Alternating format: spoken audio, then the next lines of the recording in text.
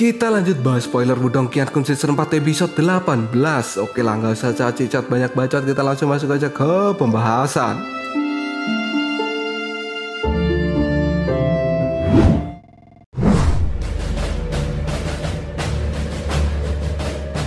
Cerita diawali dari dalam dimensi di dalam monumen besar terpencil. Di sana ada Tang Pu yang merasakan kehadiran seorang penyusup. Dan ternyata benar, kali ini memang ada seorang yang menerobos masuk ke dalam dimensi monumen besar terpencil. Dia pun langsung diserang oleh Tang Pu yang menjadi penjaga wilayah tersebut. Benturan kekuatan dari Tang Pu dan si penyusup pun menimbulkan ledakan yang cukup besar di udara. Penyusup itu pun sampai terpental, namun dia tidak mati. Bahkan si penyusup juga tidak terluka sedikit pun. Dia kemudian berkata bahwa dirinya tidak menyangka bahwa Tang Pu akan sekuat ini. Penyusup itu pun tahu jika Tang Pu itu sepertinya seorang pelindung yang sudah mencapai tahap nirwana. Dan si penyusup merasakan bahwa sepertinya batu simbol pelahap tadinya memang ada di tempat ini. Tapi hawa keberadaannya benar-benar lemah dan sepertinya sudah dibawa ke tempat lain. Si penyusup itu pun sudah bertarung selama 3 hari dan 3 malam untuk melawan Tang Pu. Dan dia pun merasa bahwa ini buang-buang waktu saja. Dia pun kemudian memilih untuk pergi dari tempat ini. Sambil terbang, penyusup itu mengatakan, jika ternyata batu simbol pelahap memang ada di dekat sini, maka aku harus mendapatkannya.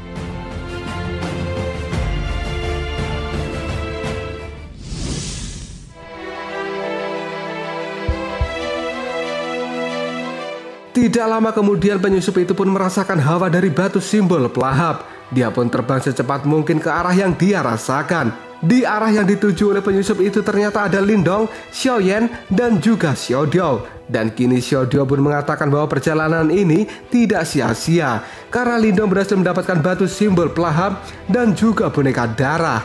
Dan tidak lama lagi, Lindong pasti akan bisa naik ke level manifestasi. Lindong pun tersenyum dan mengatakan bahwa dengan kemampuannya saat ini, maka dia bisa menyerap seluruh energi Yuan di antara langit dan bumi.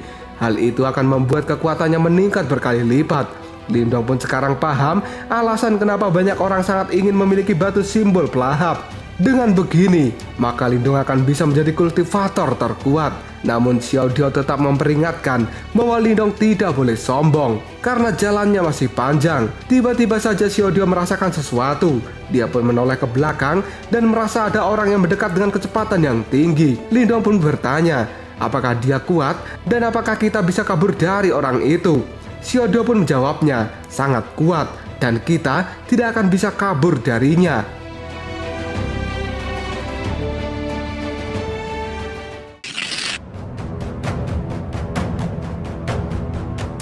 Dan tiba-tiba saja orang misterius itu sudah berada di depan Lindong saat ini.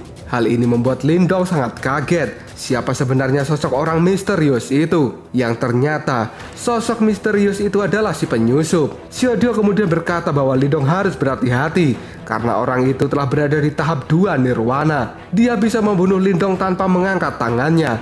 Sosok misterius itu kemudian berkata, bocah, tolong serahkan batu simbol pelahap. Xiaodiao merasa bahwa orang itu bukan sembarangan dan Lindong pun kini menjadi kaget. Kenapa sosok misterius itu tahu bahwa Lindong memiliki batu simbol pelahap?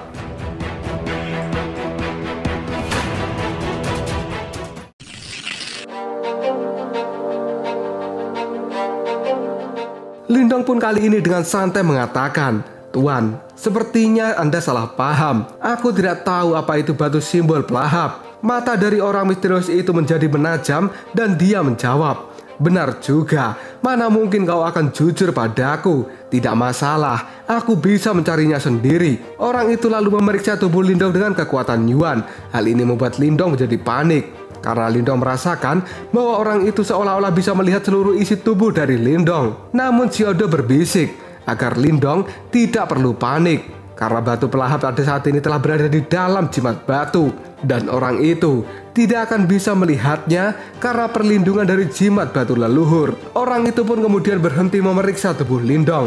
Dan Lindong pun berkata, sudah kubilang, aku tidak tahu apa itu batu simbol pelahap. Kalau Tuan tidak mau percaya, lalu aku harus apa? Orang misterius itu pun berkata di dalam hatinya bahwa dia sedikit merasakan kekuatan dari batu simbol pelahap, namun tidak bisa menemukannya. Dia lalu berkata pada Lindong, Nak, kekuatanmu lumayan juga. Apakah kau mau ikut denganku? Lindong pun menjawabnya, Tuan pasti bercanda. Kita baru saja bertemu. Mana mungkin aku ikut dengan orang asing. Si Tuan misterius itu pun tertawa karena Lindong tidak tahu siapa sebenarnya dia. Dan Tuan misterius itu kali ini berkata bahwa dia adalah duta dari Istana Suci 9 Surga.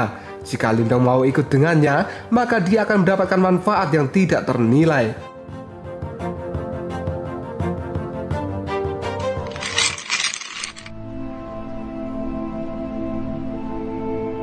Lindong pun tidak tahu apa itu Istana Suci 9 Surga. Tuan misterius itu kemudian berkata, jika tempat ini benar-benar terpencil, namun satu orang dari sekte Istana Suci 9 Surga bisa menghancurkan seluruh tempat ini. Dan Tuan misterius itu mengatakan jika sektenya adalah salah satu dari pendiri Perang 100 Kekaisaran. Setidaknya Lindong pernah mendengar soal Perang 100 Kekaisaran itu. Mendengar hal itu, Lindong pun teringat dengan Ling Qingsu, bahwa sekte Qingsu juga merupakan salah satu dari pendiri. Lindong pun merasa bahwa sepertinya latar belakang Istana Suci 9 Surga ini cukup luar biasa. Buat yang belum tahu apa itu sekte Istana Suci 9 Surga, itu merupakan salah satu dari 8 sekte super, di mana pada saat ini Ling Qingsu adalah murid langsung dari pendiri sekte Istana Suci 9 Surga. Dan kabarnya Ling Qingsu adalah calon pemimpin di masa depan untuk sekte itu. Sementara nanti Lindong akan masuk di sekte Dao, yang juga merupakan salah satu dari 8 sekte super. Sekte Dao itu dipimpin oleh ayah dari Ying Huan-Huan. Di sana nanti Lindong akan berkenalan dengan Huan-Huan dan mereka pun menjadi dekat.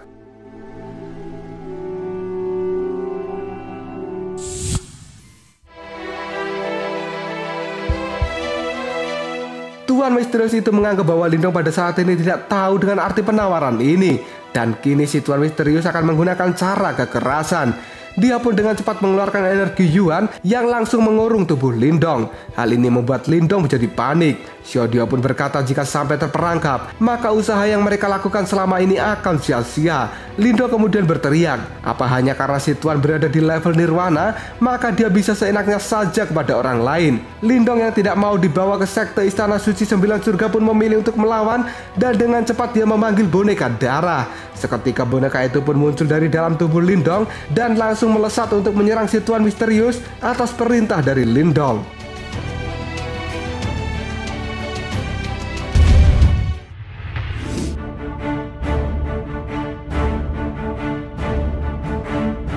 Tuan misterius yang melihat boneka itu seketika terkejut karena itu adalah boneka di level nirwana. Si boneka yang haus darah pun dengan cepat menyerang Tuan misterius. Namun Tuan itu bukan orang yang bisa diremehkan.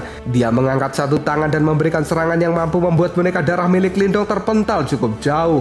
Namun lagi-lagi boneka darah itu kembali. Hal ini membuat Tuan misterius merasa benar-benar dibuat susah. Pertarungan pun terjadi selama beberapa saat dan mereka saling memberi serta menerima serangan. Xiaodio kemudian mengatakan walaupun boneka itu mampu menahan untuk saat ini, tapi tidak akan bertahan lama. Lindong pun panik. Jika terus begini, bisa-bisa boneka darah miliknya malah berbalik membunuh Lindong. Lindong kemudian bertanya apakah mereka kabur saja.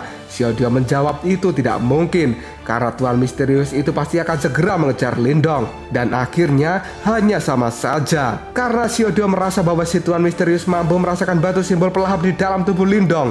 Jika hanya beralasan, maka Tuan misterius itu malah akan semakin curiga. Dan satu-satunya cara adalah dengan menipunya. Xiaodio kemudian membuatkan Lindong replika batu pelahap dengan kekuatan jimat batu. Dan kini Xiaodio menyuruh Lindong untuk menggunakan replika ini untuk menyerang. Xiaodio berharap bahwa si Tuan misterius akan terpancing.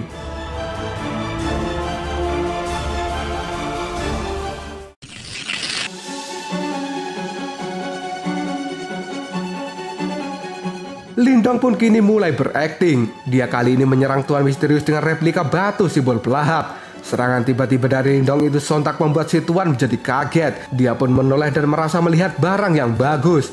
Boneka darah pun disingkirkan karena si Tuan misterius akan menghadapi Lindong saat ini. Dan tiba-tiba saja Tuan misterius itu menghilang dan muncul tepat di hadapan Lindong. Hal ini membuat Lindong sangat terkejut. Si Tuan misterius dengan cepat merebut batu pelahap dari tangan Lindong dan Lindong pun berteriak kembalikan. Tuan misterius itu tidak menanggapi perkataan dari Lindong. Dia pun melihat-lihat batu pelahap dan berkata di dalam hatinya, Meskipun benda ini memiliki kekuatan batu kuno, namun ini hanya tiruan. Benar-benar sial. Padahal aku sudah menghabiskan banyak waktu di tempat ini. Tuan misterius itu kemudian bertanya, di mana Lindong menemukan benda ini. Lindong pun menjawabnya bahwa dia menemukan di sebuah penanda kayu di dalam kota bawah tanah. Lindong tidak menyangka bahwa tuan yang kuat akan mencuri sesuatu dari anak kecil. Kini boneka darah muncul kembali di belakang Lindong. Dan tuan misterius mengatakan di dalam hatinya bahwa sebenarnya boneka itu bukan ancaman, tapi melawannya tetap saja merepotkan. Dan menurut si tuan misterius, sepertinya Lindong memang benar-benar tidak tahu tentang batu simbol pelahap.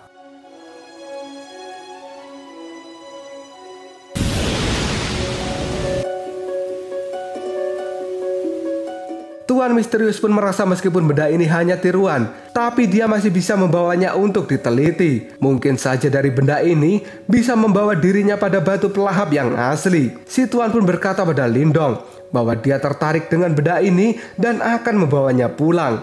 Lindong pun menjawab, meski dirinya tidak memperbolehkan, namun tuan misterius pasti akan tetap membawanya. Karena menurut Lindong, Istana Suci 9 Surga akan selalu memakai statusnya untuk merebut apapun dari siapapun. Tuan misterius itu merasa bahwa Lindong memang pandai menyindir. Dan si tuan misterius akan tetap membawa benda ini dengan memberikan imbalan pada Lindong. Dengan cepat tuan misterius itu melemparkan sebuah gulungan berisi teknik langkah melintas surga sebagai ganti dari batu yang akan dia bawa.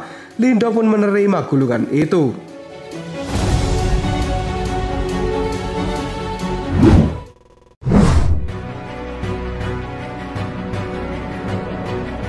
Si tuan misterius kali ini akan segera pergi, namun dia mengatakan sesuatu. Seorang bocah yang hampir sampai tahap manifestasi dan juga memiliki boneka darah spiritual. Aku yakin kamu pasti akan mengikuti perang 100 kekaisaran. Aku akan mengurus acara itu. Sampai jumpa lagi di sana. Lindong pun menjawabnya, aku harap kita tidak pernah bertemu lagi. Dasar serigala berbulu domba. Si tuan misterius pun tertawa dan dia pergi dengan sangat cepat.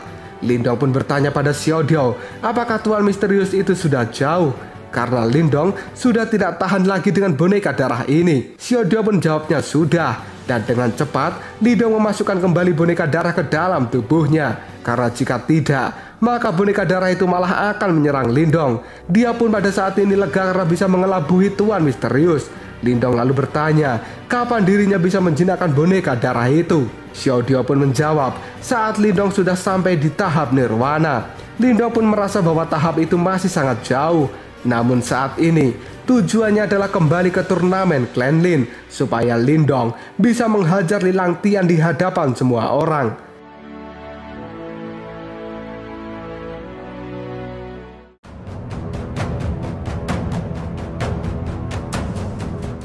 Lalu apakah yang akan terjadi selanjutnya? Seperti apakah turnamen Clan Lin yang akan diikuti oleh Lindong? Jika kalian penasaran, tunggu aja jawabannya di next video. Kopral Shop.